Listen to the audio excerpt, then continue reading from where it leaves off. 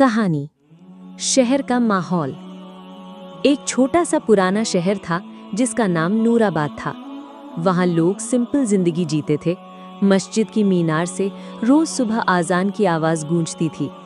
बच्चे गलियों में खेलते और बुजुर्ग मस्जिद में कुरान की तिलावत करते दिखते।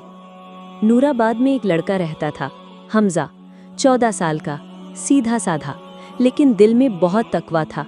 उसके वालिद एक मोची थे जो रोज सुबह से शाम तक मेहनत करते।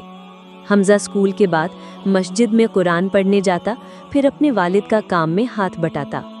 नई मुसीबत। एक दिन शहर में एक अमीर आदमी रफीक सेठ अपना बड़ा बिजनेस लेकर आया।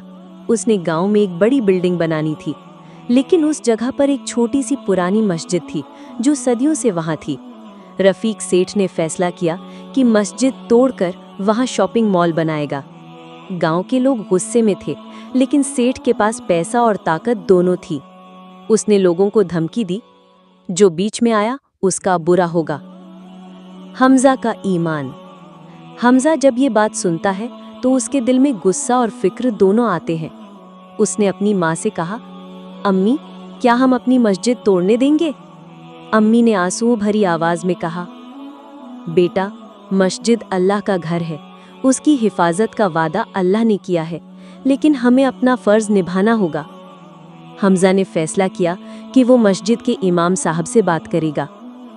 इमाम साहब की नसीहत। मस्जिद के इमाम साहब मौलाना करीम एक बुजुर्ग और इल्म वाले शख्स थे। उन्होंने हमजा को समझाया, बेटा, ईमान वाले कभी डरते नहीं। हमें दुआ, इखलाक और सच्चाई से अपना हक लेना चाहिए। आज़ाब से बचना है तो जुल्म के खिलाफ खड़े होना पड़ेगा।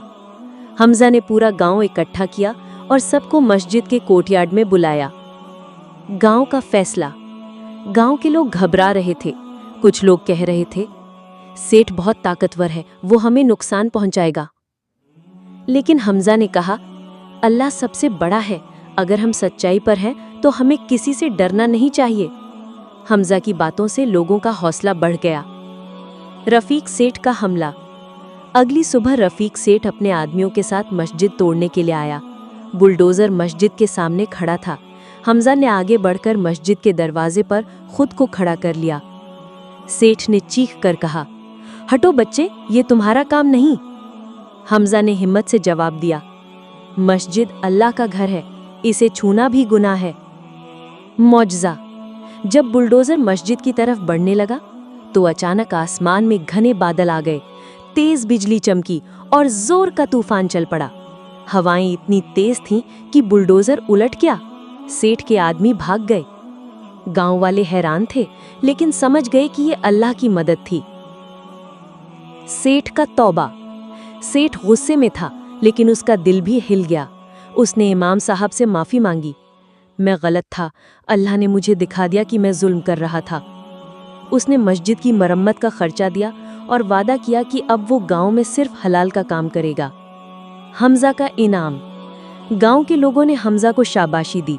इमाम साहब ने कहा, बेटा, तुमने हमें दिखाया कि छोटी उम्र में भी बड़ा काम किया जा सकता है अगर दिल में ईमान हो। हमजा ने मुस्कुराते हुए कहा, सब अल्लाह का करम है, मैं बस अपना फर्ज निभा रहा था। कहानी का पैगाम।